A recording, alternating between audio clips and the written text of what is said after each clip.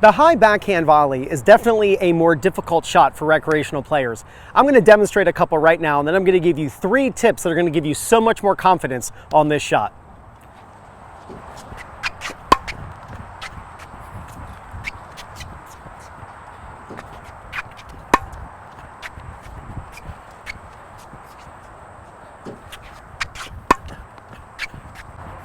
So tip number 1 in hitting a better high backhand volley: do not use a continental grip. That is what is going to lead to having the racket face open when you strike the ball, and you're either going to have to chop down to try to pull that ball into the court, or the ball just pops up and the ball goes out.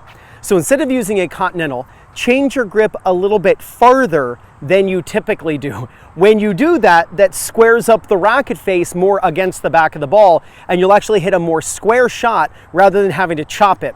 That chopping leads to a ton of inconsistencies, which is why players struggle with their high backhand volley. So the first idea, turn your grip a little farther than you normally do. You'll notice how more square up against the back of the ball your racket face is.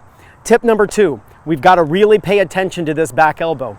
When you hit a backhand volley, it's important that your back elbow doesn't drop, because that points the strings up at the sky.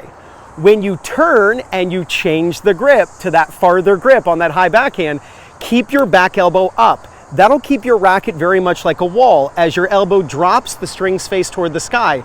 As your elbow raises and is now the same height as your shoulder and your hand, now your racket is much more square against the back of the ball. Again, we don't want to chop this ball. We want to hit squarely into the back. Our consistency is going to go way up. And the last thing, typically that high ball, we're going to be moving to it. And one of my favorite sayings is, if you have to move to the ball, then you should move through the ball. So do not get to this ball and then stop. Your goal is to keep moving as you hit the shot.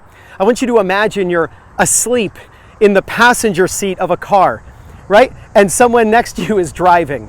If they slam on the gas or they slam on the brake, you're gonna wake up. But if they stay at a constant speed, you're gonna stay asleep because you're on balance. If you're moving to the ball, you are on balance. If you try to stop when you hit the ball, that's when everything collapses and you'll most likely send the ball into the net. So turn the grip a little farther than normal, keep this back elbow up, and do everything you can to keep that racket very flat as you move the racket through contact, and keep your weight going and your body moving, not just to the ball, but through the ball, and you'll be a lot more consistent. All right, let me hit a few more.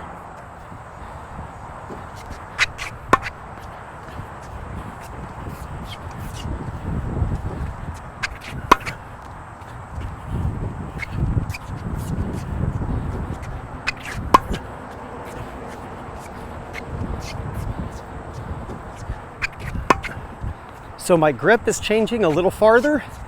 I'm going to try to keep my back elbow up to keep my racket as flat as possible, like that.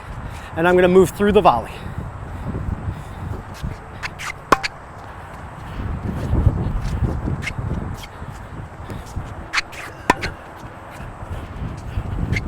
Now, if you're looking for people in your local area to play matches against or practice with, or if you want to find a coach who's close to you who can help you with your game, then use my link in the description and pinned in the first comment, playercourt.com/2minutetennis. When you use my link to sign up, you get 50% off. You don't have to be afraid of high backhand volleys. Turn your grip a little bit farther than you normally do, have a high back elbow, and really feel like your racket is a wall. You can kind of have the feeling like you're putting your racket on a bookshelf and you're moving the racket along the bookshelf. And don't move to the ball, move through the ball. Think of the contact as a finish line. You don't stop on a finish line in a race, you go past the finish line. So change the grip, high back elbow, and move through that volley. And if you do, there's no doubt you're gonna gain confidence, win more matches, and play much better tennis. This is Ryan Reedy from 2minutetennis.net. You got this.